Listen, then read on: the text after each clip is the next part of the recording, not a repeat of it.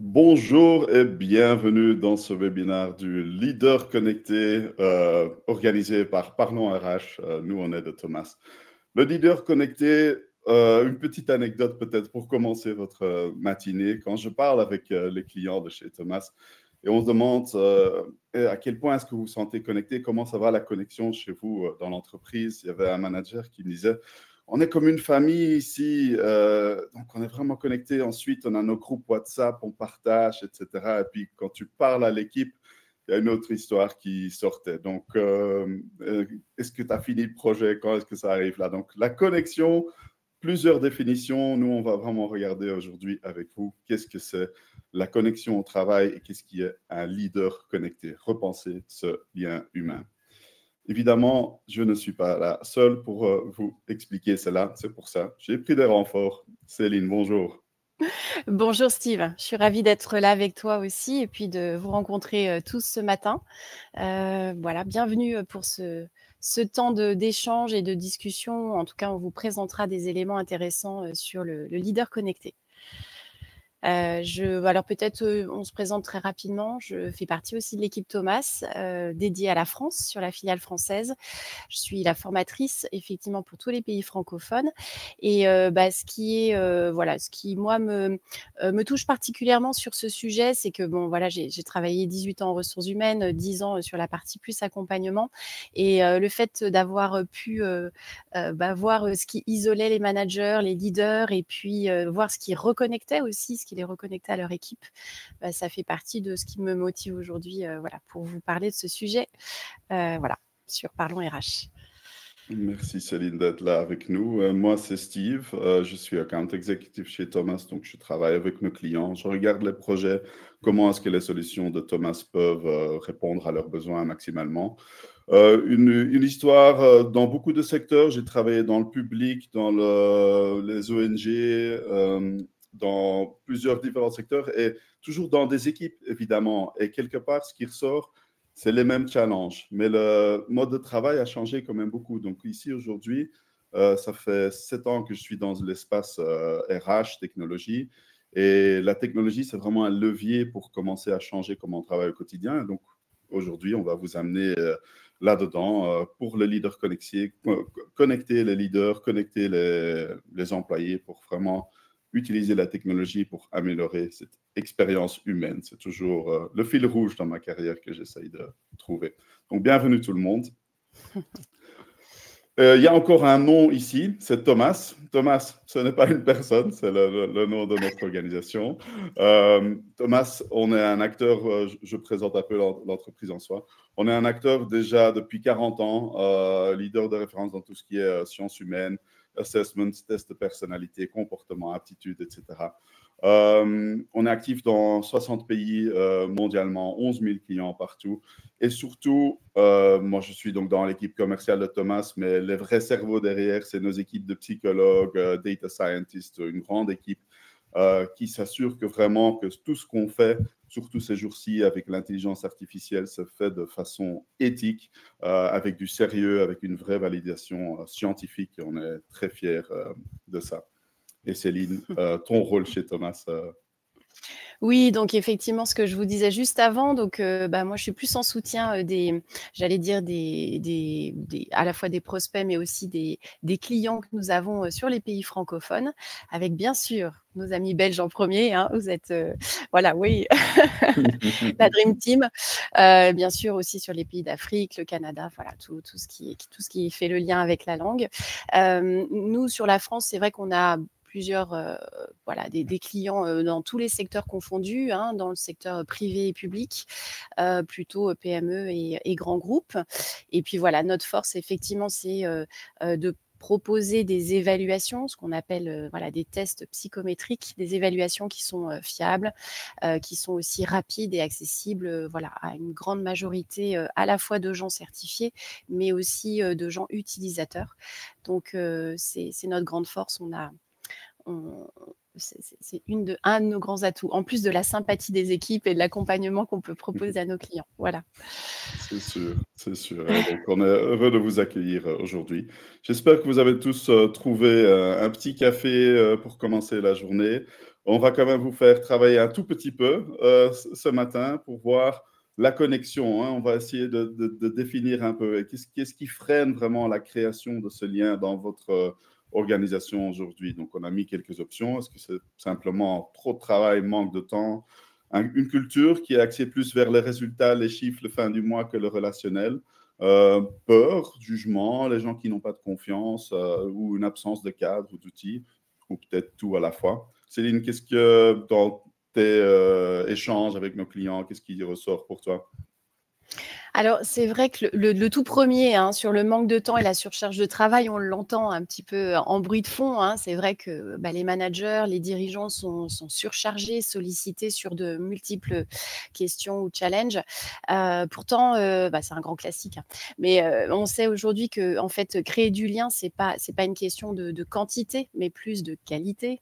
J'enfonce peut-être une porte ouverte, mais c'est vrai que la connexion, elle peut se jouer en 5 minutes, à condition d'être pleinement là, pleinement présent, voilà, par rapport envers son équipe ou un collaborateur. Donc, je dirais celui-ci, je l'entends souvent. Et puis, qu'est-ce qu'on peut avoir d'autre aussi? Peut-être la culture du résultat aussi. Cela va dépendre des organisations, hein, de certains clients. On sait maintenant que si on oriente, enfin si la culture n'est orientée uniquement que chiffres, eh bien ça va épuiser les relations et on va vous en parler, hein. Or, on sait que la performance va dépendre maintenant, parce que c'est notre contexte actuel. La performance va vraiment être boostée, de l'entreprise va être boostée par la confiance et cette connexion que les dirigeants et les managers peuvent établir avec leur équipe. Ouais, tout à fait. Il y a les réalités économiques, évidemment. Hein, à la fin du mois, il faut que les choses rentrent, mais dans le même temps, il faut investir aussi pour récolter dans le futur. C'est ça. C'est là qu'on va essayer de faire. Donc, Céline, la connexion dans un cadre professionnel. Essayons d'un peu mettre le cadre aujourd'hui. Oui, tout à fait. Alors l'idée, c'est effectivement, qu'est-ce qu'on entend par connexion, hein? C'est pas juste se parler, ou se croiser dans un couloir, ça c'est pas se connecter. C'est ce que je vous expliquais, une qualité de présence, de l'attention à l'autre, un lien de confiance qui est établi de façon réciproque. C'est vraiment, voilà, ça qui va faire, la qualité de la connexion. C'est aussi dans l'authenticité, ce que l'autre va ressentir quand, eh bien, par exemple, quand on parle tous les 2, tu vois Steve, quand on est ensemble, c'est, je sens que tu es disponible, que tu m'écoutes et puis que je suis aussi en sécurité pour, m'exprimer. Voilà, par exemple, on peut se dire, juste avant de démarrer ce webinaire, moi j'ai exprimé, j'ai dit: «Ah, ça me rappelle l'école quand on présentait quelque chose et je suis assez en sécurité avec toi pour l'exprimer, sans peur d'être jugée». Donc voilà, c'est ça. Donc effectivement, la connexion, elle ne se dit pas, elle se ressent. C'est une façon d'être, en lien avec l'autre, de façon très, très simple. Oui, quelque part, toujours, ça paraît très simple en soi, hein, mais c'est tellement éphémère quelque part. Comment est-ce qu'on peut vraiment travailler dessus? Je crois que quelque part, tout le monde le sait déjà. Qu'est-ce que c'est la vraie connexion? Parce qu'on le ressent dans nos quotidiens au travail. Eh oui. Mmh. On sait plus ou moins ce qu'on veut, même si c'est pas toujours bien exprimé, on le sait, ce besoin, on le sent tout le monde. On veut pouvoir être en confiance, de pouvoir lancer nos idées, même s'ils ont l'air complètement fous, mais tu veux avoir cette sécurité de pouvoir le faire. Et c'est là justement où il y a la grande valeur. Si les gens se retiennent, ces idées fous, mais peut-être brillantes, vous les allez jamais les entendre. Ça. C'est Exactement. clair. On peut louper effectivement, une bonne idée, un concept innovant, parce qu'on a peur de se lancer, parce qu'on se sent, peut-être jugé ou on nous dira: «Non mais tu vas faire une erreur» et cetera. Donc, tu as raison, ça peut, coincer aussi le business C'est ça, ouais. parce que voilà, ça empêche d'aller, vers, quelque chose de nouveau. Tout Et à fait peut-être juste. dans ce contexte-là aussi, à vous qui êtes en train de regarder ce webinaire, n'hésitez pas, si vous avez des idées brillantes ou des commentaires ou des questions, un petit housekeeping, il y a un chat ici, vous pouvez poster les questions là-bas et on va voilà, explorer vos idées avec vous ensemble, co-créons hein, certainement. Donc, on essaye de faire un peu ce qu'on dit aussi en réalité. Donc, n'hésitez pas, partagez, on est ici entre amis, donc on est ouvert à vos idées aussi, très bien sûr. Mmh. Donc, n'hésitez pas d'aller dans le chat et poster tout ce que vous avez comme question. Mais donc, la connexion, comme je disais, tout le monde sait plus ou moins, si on y réfléchit vraiment, la connexion, qu'est-ce qu'on veut, qu'est-ce que c'est. Mais on parle de quelque chose d'un peu plus précis ici aujourd'hui finalement, parce que ça guide tous vers comment est-ce que dans un lieu de travail, on peut maintenant construire cette connexion. Ce n'est pas sûrement l'interpersonnel, on est dans un contexte de travail avec des équipes, des gens qui sont mis ensemble. Et un des piliers pour commencer à construire une vraie connexion au sein d'une organisation, c'est le leader, c'est le manager, c'est le team exécutif, hein, les leaders au niveau direction, senior. C'est ça, les leaderships connectés, parce que tout commence avec eux. Donc, quand eux, ils sont en lien, quand eux, ils sont ensemble, qui se comprennent, qu'eux, ils ont aussi cet esprit d'ouverture, d'honnêteté, de transparence entre eux, ça va se filtrer vers l'équipe. Donc là, on parle vraiment d'un leadership connecté. Et pour toi, Céline, qu'est-ce que ça apporte, le leader connecté? Qu'est-ce que ça allume comme lumière chez toi? Comme étincelle. Voilà. Là où tu as tout à fait raison, c'est déjà démarrer par la tête, hein, donc la direction, le codir, les dirigeants. Et effectivement, c'est une posture qui doit être d'abord incarnée par cette fameuse tête, hein. Nos organisations sont encore pyramidales de nos jours, donc voilà. Et puis effectivement, après, ça se déploie au niveau de chaque strate de responsabilité et de management. C'est cette fameuse posture, hein, qui est demandée au manager et qui va, alors, c'était déjà le cas jusqu'à présent, hein, les managers, ceux qui aiment le métier de manager, aiment la relation humaine. Là, ce qu'on va plus peut-être sur lequel on va insister, c'est le manager qui sait renforcer la coopération, qui arrive aussi à créer de l'engagement sincère dans son équipe. Alors, ça part déjà de son engagement à lui, propre, et puis en réciprocité, l'équipe qui s'engage aussi. On en parlera tout à l'heure avec Daniel Goleman, mais c'est aussi se syntoniser, on appelle ça, c'est un petit mot un peu, c'est comme de la synchronisation, de la syntonisation, mais c'est entre les personnes. Et puis, ce sont aussi des managers, idéalement, bien sûr, hein, parce qu'on en demande beaucoup, qui agit avec empathie, mais aussi responsabilité. Et si je peux peut-être évoquer un exemple, hein, moi j'ai croisé des dizaines de leaders brillants, que ce soit quand j'étais RH ou coach. Et c'est vrai que ceux qui marquent vraiment, ceux qui sont vraiment, qui marquent vraiment l'esprit et la croissance des collaborateurs, c'est ceux dont on m'a dit, avec elle, je me suis sentie comprise ou soutenue. Avec lui, je savais que je comptais vraiment. Donc, quand j'entends ça dans les équipes, je sais que là, il y a vraiment quelque chose du leader connecté comme on l'entend en théorie. Ouais, moi, ce qui ressort vraiment là, c'est aussi la confiance. Avoir la confiance que ce qu'eux, ils te disent, ils vont le suivre, c'est porté, que tout ce qu'eux, ils te disent, c'est vrai, c'est pas travailler pour te vendre quelque chose. Je crois que là, c'est un vrai pilier de confiance de l'employé vis-à-vis le manager, vis-à-vis alors le codir. C'est vraiment, ça ressent comme ça. Pour moi, c'est vraiment très important. Et je crois pour beaucoup de gens, quand ils se sentent que tu peux faire confiance au manager, tu vas beaucoup plus vite t'engager, faire un peu extra quand il y a besoin, etc. Mais évidemment, et c'est pour ça aussi que je suis très content que tu es avec nous, tu as une grande connaissance en tant que coach, tu as aussi la théorie derrière.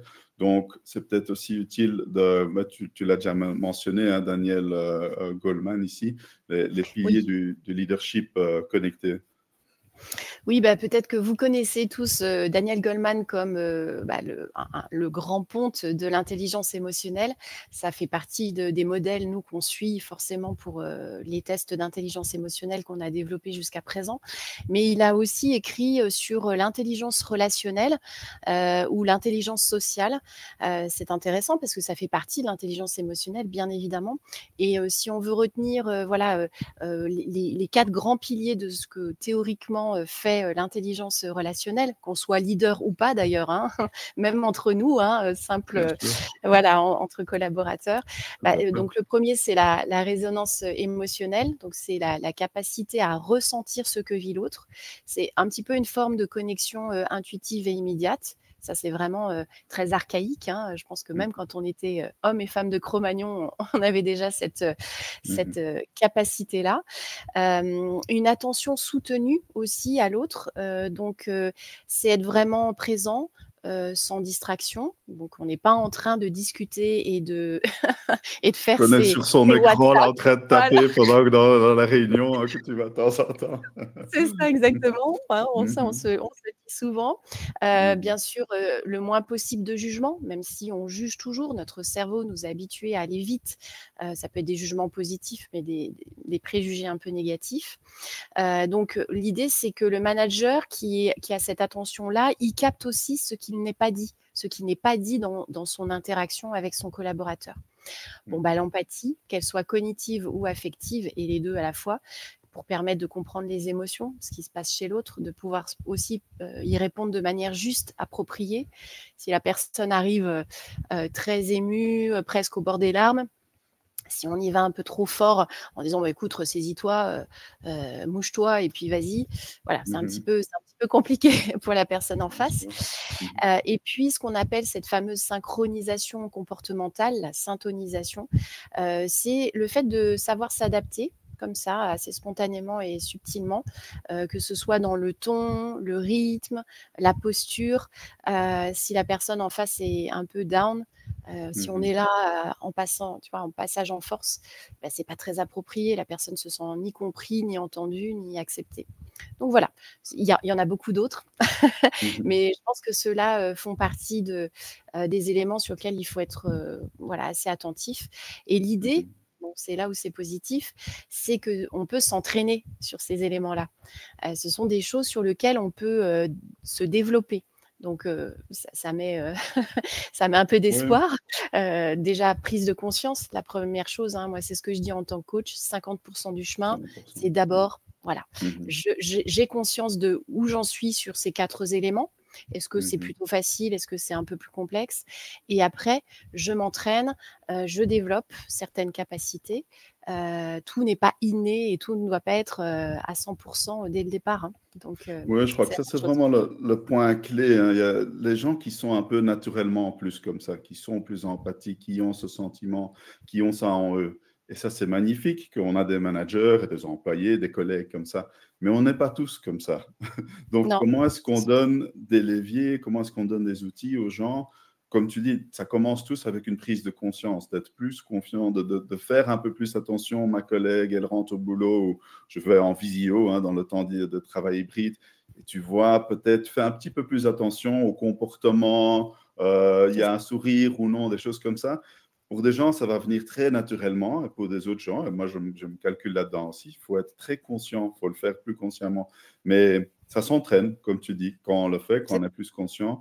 Même les gens qui ne le sont peut-être pas de nature innée, ils peuvent quand même beaucoup grandir là-dedans, hein. Ça, travailler chez Thomas m'a beaucoup appris ça quelque part. Moi, mmh. j'étais toujours très foncé devant comme ça. Et là, tu dis, regarde un peu les autres, essaye de sentir un peu le vibe, le sentiment.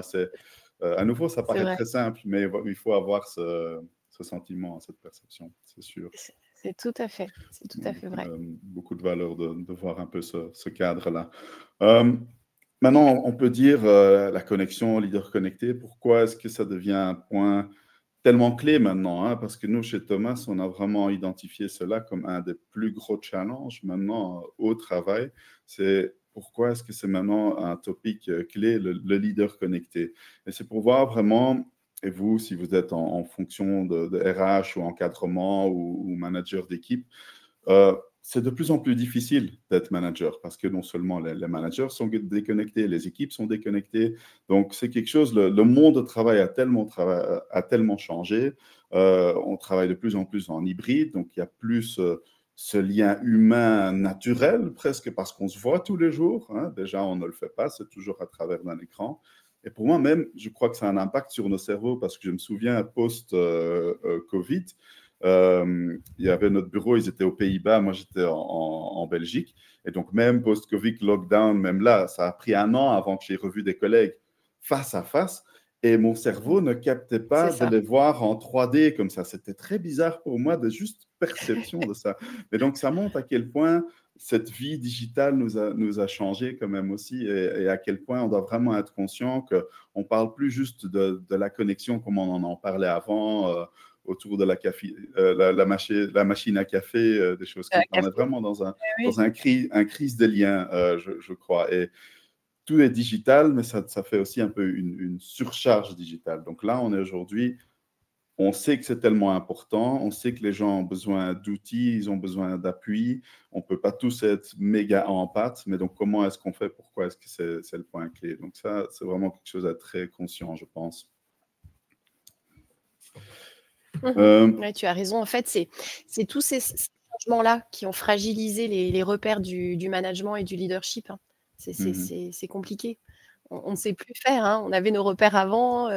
Donc l'idée, c'est, je crois que ce qu'il faut retenir, c'est que les managers font de leur mieux, hein. On n'est pas là pour leur taper dessus, les leaders aussi, les dirigeants aussi. Ils sont présents, en fait.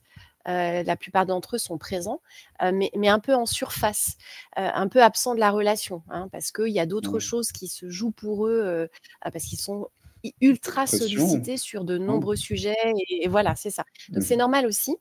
Donc l'idée, c'est de repenser, hein, voilà, comment les leaders peuvent incarner cette connexion à certains moments, parce qu'effectivement, quand on est à distance, c'est peut-être un peu plus compliqué. Et puis de les inciter à ne plus être un peu celui qui contrôle, ou le pilote un peu technique ou métier, mais d'être bien celui qui a aussi dans sa fonction le fait de créer du lien et de pouvoir apporter cette énergie. Et c'est d'autant plus important que ce que je disais précédemment, c'est que c'est une stratégie relationnelle, mais ça va être une stratégie, ça va être un axe stratégique aussi pour les entreprises, pour leur performance à venir.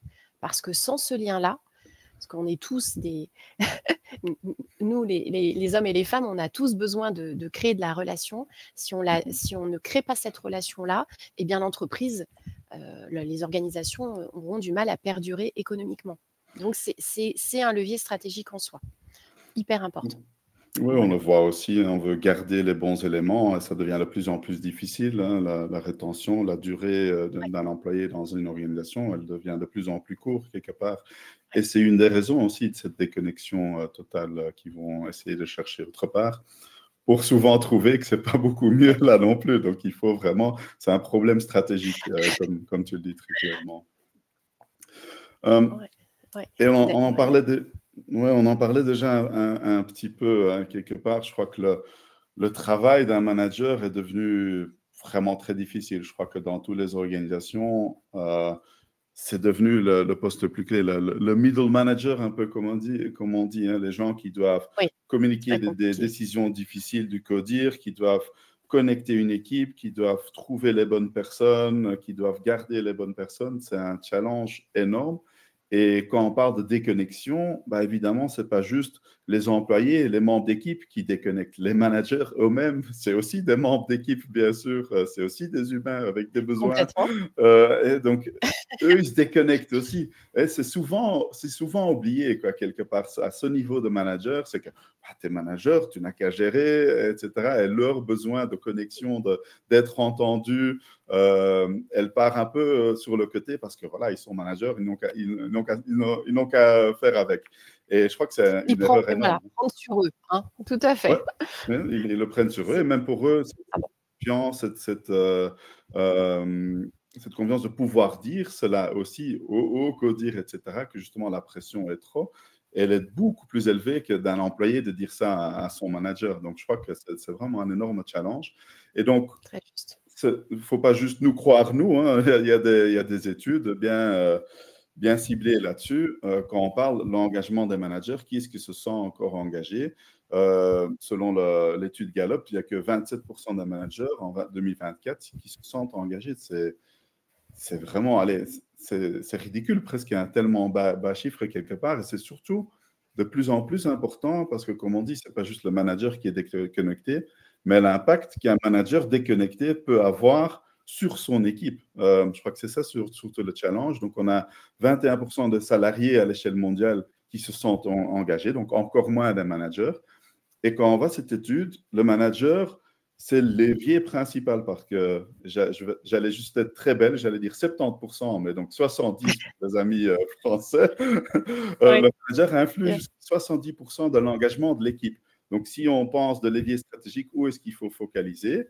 Bah, il faut focaliser sur le manager parce que ça va avoir un impact énorme sur le reste de l'équipe.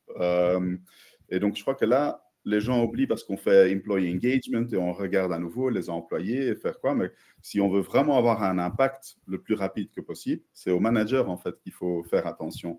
Et un autre, donc c'est vraiment un angle mort, là, je trouve, cette idée derrière. Je ne sais pas, pour toi, tu ressens la même chose dans tes conversations aussi?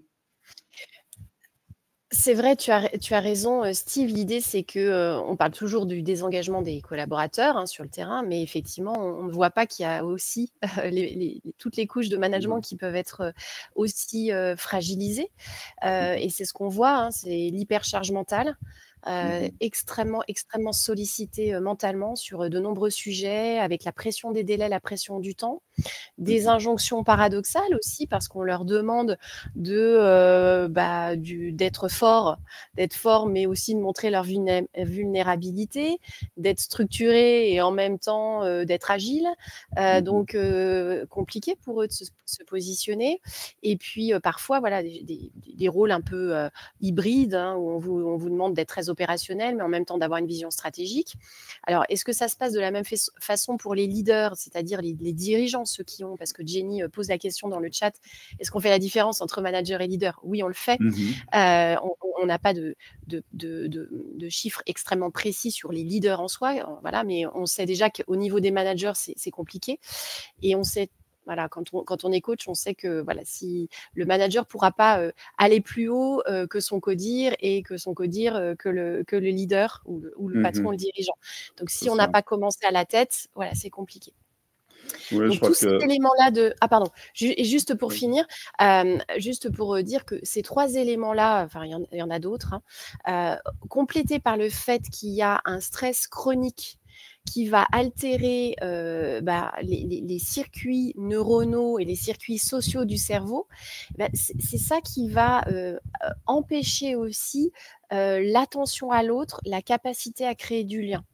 Donc, voilà, c'est pas pour taper sur les managers ou les leaders, c'est aussi parce que le contexte fait que il y a un impact sur notre cerveau et que cette capacité-là va être diminuée. Vous savez que quand on est sous stress, on a cet effet ornière là, c'est-à-dire que même notre champ visuel se restreint.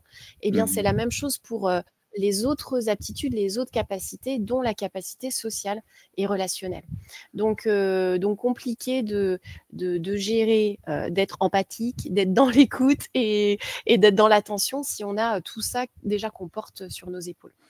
Oui, tout à fait. Je crois que les gens le voient aussi, hein. C'était une autre étude qu'on a vue que la Gen Z, avant c'était un peu logique. On fait carrière, on travaille, la promotion, c'est toujours horizontal. On devient un manager d'équipe. Sans forcément, tu peux être techniquement très, très bien, mais pas forcément avoir les capacités. Ou peut-être qu'il faut encore les développer, ces capacités, bien sûr aussi, on les a pas encore. Mais donc, quand on voit cette étude de Gen Z, qu'en fait, ils ont presque plus cette ambition de devenir manager parce qu'ils voient à quel point c'est difficile, ça galère. Donc, et je comprends derrière aussi, j'ai le même sentiment, même je suis un peu trop vieux pour être Gen Z, je dois avouer. On ne dira pas nos âges, mais oui. C'est pour ça que j'ai la barre pour paraître un peu plus âgé. Non, tu le laisses. C'est dans la tête. Jeune d'esprit, c'est ça. Mais Gen Z, certainement pas. Ça, je ne connais pas. Mais je trouve que c'est très parlant, en fait. On peut rigoler de ça, mais c'est très parlant que les gens, en termes d'évolution, ils ne se voient plus évoluer. Ils veulent plus évoluer vers un poste de manager. Et ça, à nouveau, c'est quelque chose de base, vraiment, qu'on doit arranger parce qu'à la fin, les équipes vont quand même devoir être gérées par quelqu'un. Donc, si on veut penser au futur, il faut qu'on y travaille maintenant, quoi, finalement. C'est ça. Exactement. Préparer l'avenir. Tout à fait. Il nous reste encore, je crois, 2 slides, Steve. Mais bon, on peut dépasser un tout petit peu encore sur notre temps de parole s'il n'y a pas trop de questions. Et on partagera bien sûr les questions et les échanges après. Tout à fait, Jenny. Déjà, merci pour votre question. J'espère que Céline a répondu un peu. N'hésitez Ouais. pas, faites comme Jenny. Khaled, bonjour. Je n'avais pas vu ça, mais je vous le vois dans le chat. N'hésitez pas, si vous avez des questions, mettez-les dans le chat, comme ça on peut répondre à ça. Ou si vous avez des idées intéressantes, faisons dans l'échange. Ça, c'est la connexion, c'est l'échange. Ce n'est pas juste des questions, c'est l'échange d'idées. Mais donc, en effet, continuons un petit peu. Pourquoi est-ce qu'on parle de la connexion? On le disait déjà, hein, c'est un problème stratégique, c'est un problème pour le futur qu'il faut attaquer maintenant pour être prêt, pour développer. Ce n'est pas juste quelque chose qui est là pour faire «Oh, les pauvres managers, ils l'ont tellement difficile ces jours-ci, il faut qu'ils se sentent un peu mieux» ou «Oh, l'équipe se sent déconnectée». Il y a un réel, hein, on disait aussi au début, évidemment, il y a une logique économique derrière aussi. Il faut que ça apporte à la fin de la route un investissement, il faut que ça rapporte. Et c'est Bien très sûr. clair, des études ont été faites dessus. Des équipes qui sont réellement connectées, bah, c'est justement ces équipes, ils vont faire un peu du extra travail. Quand le collègue lui appelle à 6 heures du soir, dit est-ce que tu peux vite faire ça pour moi, pour se dire les choses, ils vont le faire parce qu'ils se sentent connectés. Si maintenant ils pensent que oh, l'autre fois il n'a rien dit, il m'a pas aidé, etc., ils se disent ça peut attendre demain. Mais c'est toutes des petites choses comme ça qui apportent une réelle performance dans l'entreprise. Même chose, quand on en parlait au début aussi, la confiance envers le leadership.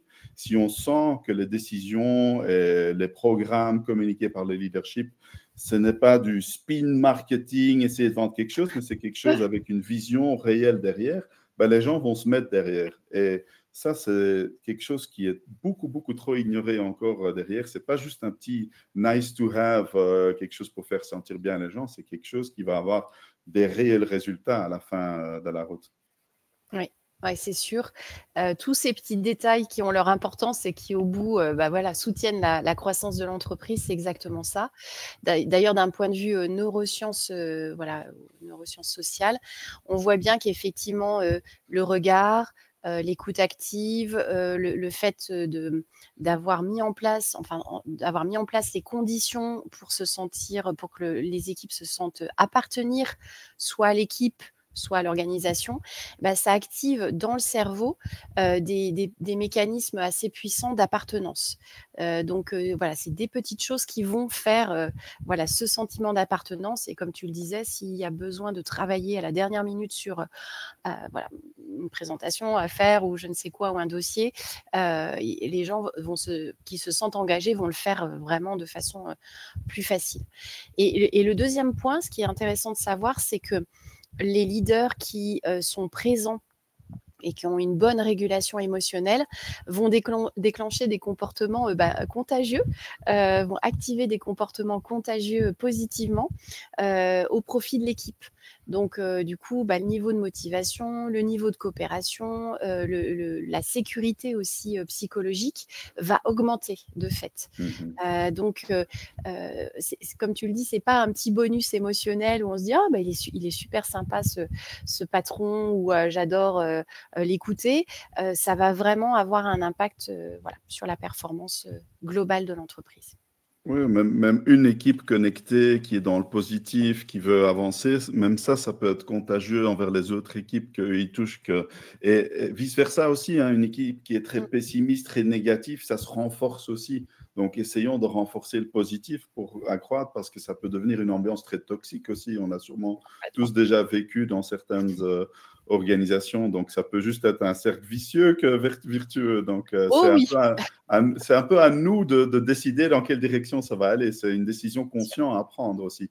Mais on n'a qu'envie de la prendre vers le positif quand on sent que tous les autres éléments, la confiance, l'écoute, etc., sont là. Donc, on peut guider les équipes à aller vers ce cirque plutôt vertueux que vicieux. Et c'est vraiment un choix déclencheur. Vraiment, ça peut avoir un impact énorme pour votre énorme, résultat tout à fait. à la fin de la route. Et c'est trop ignoré encore. On va peut-être parler pratique quand même aussi un peu. Hein. Je crois que tout le monde, on est conscient du problème stratégique, on est conscient qu'on doit investir, mais comment est-ce qu'on fait ça? Est-ce qu'on va faire un petit bowling, un lancer de hache, on va construire la connexion comme ça? Ça, c'est un peu la façon vieille école à faire. Et bon, j'aime bien un bowling de temps en temps, hein, c'est pas ça, mais c'est pas ça qui va créer vraiment le lien avec mon équipe, avec les autres. Bah, voyons, tu travailles en France, on travaille étroitement ensemble, mais physiquement, on se voit très peu finalement. C'est vrai.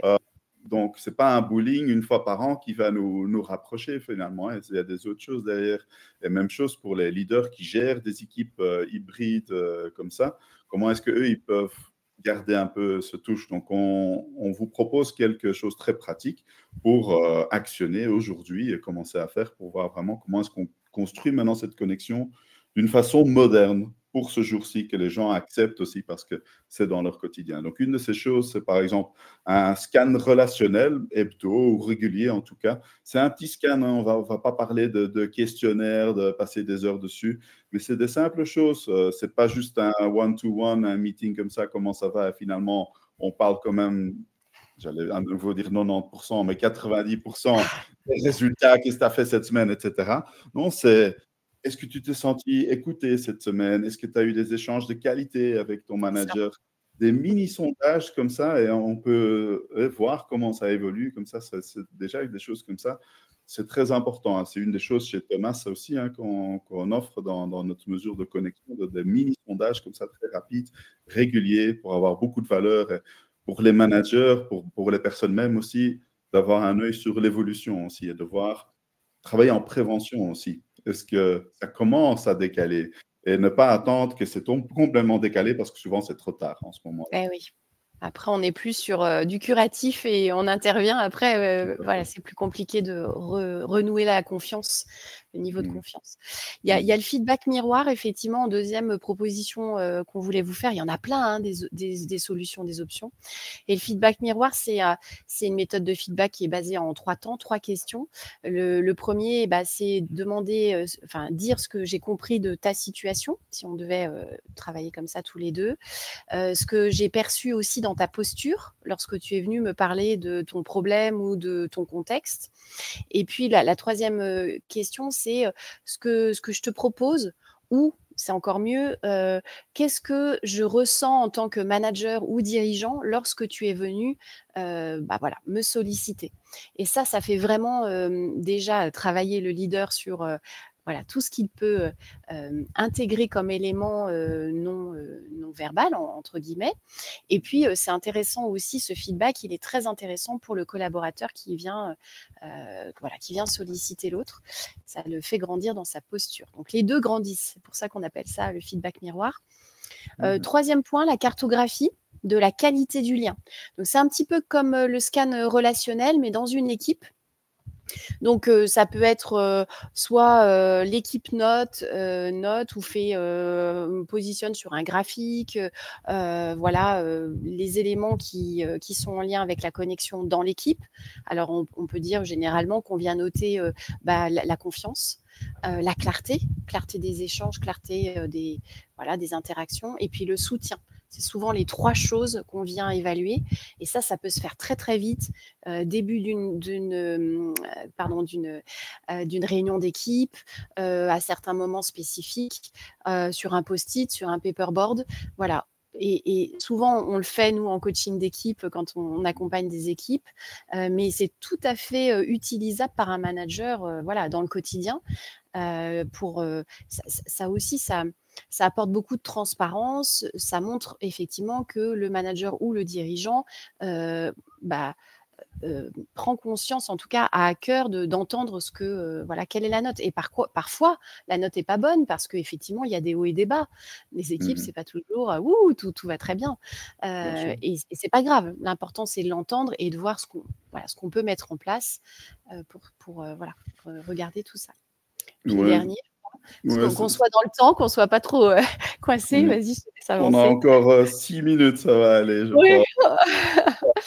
En effet, je crois que ça me parle très fort parce que moi, récemment aussi, j'ai fait un peu cet exercice avec mon manager et avec mon équipe. Ce que ça fait, c'est que ça apporte des solutions à grande échelle, en fait. Parce que comme tu dis, on peut appeler un coach, il va aider équipe A et équipe A, ils vont trouver ça génial et ça va aller bien pendant 3 mois, 6 mois, 9 mois, s'ils le prennent bien à cœur pendant longtemps. Mais c'est une équipe. Et l'équipe A, c'est bien. L'équipe B, C, D, E, on va appeler des coachs à chaque fois. Oui, tu peux faire ça, mais c'est très difficile à faire ça en échelle. Et évidemment, il faut donner les outils aux managers, justement, cette charge, diminuer cette charge de devoir organiser le workshop, etc., et parler, préparer, etc., de diminuer cette charge aux managers. Et même ce que ça fait tu le vis au quotidien avec tes ateliers que tu organises, mais ça découvre des choses qui ne se disent pas forcément, et même pas forcément qui se disent pas, mais auxquelles on réfléchit même pas de dire. Dans mon cas, c'était fort comme C'est ça. vrai. J'ai vraiment regardé mon connection measure qu'on fait chez Thomas avec mon manager, et il y avait des choses qui ressortaient que même s'il me demandait, Steve, sois maintenant 100% honnête, dis ce que tu veux, je n'aurais pas ressorti parce que ça te donne un cadre, comme tu dis, les différents éléments dedans, ça te donne un cadre pour vraiment creuser. Et c'est là où il y a la grande valeur, même des personnes plutôt fermées comme moi souvent. Ils sortent des choses qui éclairent vraiment beaucoup pour moi-même personnellement et pour mon Oui. manager. Et Mhm. ça améliore énormément le lien. Et Mhm. dans la même idée, quelque part, donner des solutions à grande échelle. Évidemment, on habite dans un temps l'intelligence artificielle et aujourd'hui, dans les autres webinaires, vous allez surtout entendre parler de l'intelligence artificielle. Nous, on a très consciemment pas trop parlé de ça quelque part, mais c'est la réalité des choses maintenant. Donc, la technologie nous permet aussi de faire des choses à grande échelle qu'on ne pouvait pas faire avant. Au lieu de devoir faire appel à des coachs physiques de faire, on a donc chez Thomas, il s'appelle Tom d'ailleurs, notre coach intelligence artificielle. Avec ça, tu peux donner un coach perso sur base de ton Ouais. profil comportemental, ton comportement au travail, à chaque personne, chaque membre d'équipe, chaque manager qui peut Très regarder intéressant. son équipe. Ça, c'est quelque chose qu'on ne pouvait pas faire il y a 5 ans. Pas de cette échelle-là. Donc, il faut penser un peu ChatGPT, mais pour ton relationnel au travail. J'ai quelque chose, des mauvaises nouvelles à partager avec Céline, je ne sais pas comment m'y prendre, je demande à mon coach. Il y a un conflit entre deux collègues, je regarde en manager, en équipe, comment est-ce qu'on résout ce conflit vis-à-vis les préférences des personnes. Là, on parle vraiment, même les meilleurs managers le font déjà. Ils ont cette empathie, etc. Mais pas tous vos managers sont super, soyons honnêtes. Donc ça leur donne des vrais outils pour devenir ces super managers qu'on essaye de faire. Donc, c'est des choses très concrètes qu'on peut faire dès aujourd'hui, maintenant Mhm. déjà. C'est un soutien en plus de la formation 100%. managériale ou même de la formation sur justement l'intelligence relationnelle qui serait intéressant que vous mettiez dans vos, dans vos programmes de formation dans les mois et années à venir. Effectivement, l'IA peut, enfin, l'intelligence artificielle peut aider, voilà, au moins sur des petites choses, des petites actions one-shot. Ça peut vraiment dépanner le manager qui est un peu tout seul aussi. Donc, c'est intéressant. Et il nous Oui, reste ça très, ne très peu de remplace minutes, je pas. crois, Steve. Il Ouais. nous reste 3 minutes. Mais je crois que c'est le dernier. Donc, on vous invite, vous voyez le code QR ici. Scannez-le. Pourquoi? Ce n'est pas juste pour avoir vos données. On a une offre très exclusive, en fait. Donc, Thomas Connect, c'est la plateforme de Thomas qui vous aide à travailler la connexion, qui vous donne l'accès à Tom, notre coach AI. Donc, jouez avec, posez des questions sur vous-même. Disons que c'est Thomas Connect, environnement créé exclusivement avec Parlons RH ici. Donc, les Oui. autres participants, vous allez pouvoir vous connecter, déjà sentir à quel point c'est important et à quel point ça apporte de la valeur de personnes qu'on n'a probablement jamais parlé, rencontrées, quand même déjà pouvoir comprendre. Donc, jouer avec le coach AI. On donne accès pendant 1 mois aux 20 premiers qui scannent, qui remplissent le formulaire. Vous allez aussi pouvoir mesurer à quel point vous vous sentez connecté à votre organisation à l'instant, donc tester le Connection Measure. Donc, scannez, testez, regardez, vous avez tout de suite de la valeur à essayer à en sortir. Donc, ça se parle quand vous essayez. Donc, je vous invite Oui. avec plaisir. Testez-le vraiment, c'est intéressant de voir ce qu'on a pu développer, en quoi voilà, ça va vous aider dans le quotidien. Voilà, c'est pas que du gadget, c'est vraiment intéressant, au moins vous le testez. Et bien sûr, ça n'enlève pas la connexion dans la vraie vie. Ça vous donne juste voilà, quelques éléments supplémentaires de soutien voilà, qui peuvent être très, très chouettes à déjà expérimenter vous, et puis après à voir pour l'ensemble de votre organisation. Ouais, n'hésitez vraiment pas. Les 20 premiers, donc il faut être rapide. Comme ça, à ce point-là, on va pouvoir vous aider. On restera en contact, on vous aide à regarder avec votre coach AI. Donc vraiment, merci beaucoup d'avoir été avec nous aujourd'hui. On a su le faire dans les 45 minutes. C'est juste les conclusions qui sont là, mais on les connaît déjà. Donc, il Ouais, nous suffit de vous remercier, même, je dirais, à l'instant super. des questions, on a répondu. Ah oui, et quelques ressources qu'on va vous partager aussi. Donc, si vous voulez avoir les liens des ressources que, surtout Céline, parce que c'est elle l'experte à parler, n'hésitez pas à prendre contact. On vous envoie tous les liens vers les ressources qu'on a discutées aujourd'hui, les études, etc. C'est super. Merci à vous. Et puis, on espère voilà, pouvoir peut-être vous retrouver à d'autres moments sur d'autres webinars. À très bientôt. Et c'était un super moment, Steve. Merci pour cet échange aussi. Merci Céline, c'est toujours un plaisir. Merci d'avoir pris le belge avec vous Oh là là, en France. merveilleux, J'espère que je me suis quand même bien débrouillé en France. impeccable. J'adore ton petit accent. Mon beau petit accent, Oui, merci, ou le mien, je ne sais pas, oui. Allez, à bientôt à tous et au plaisir de vous retrouver. Au revoir. Merci.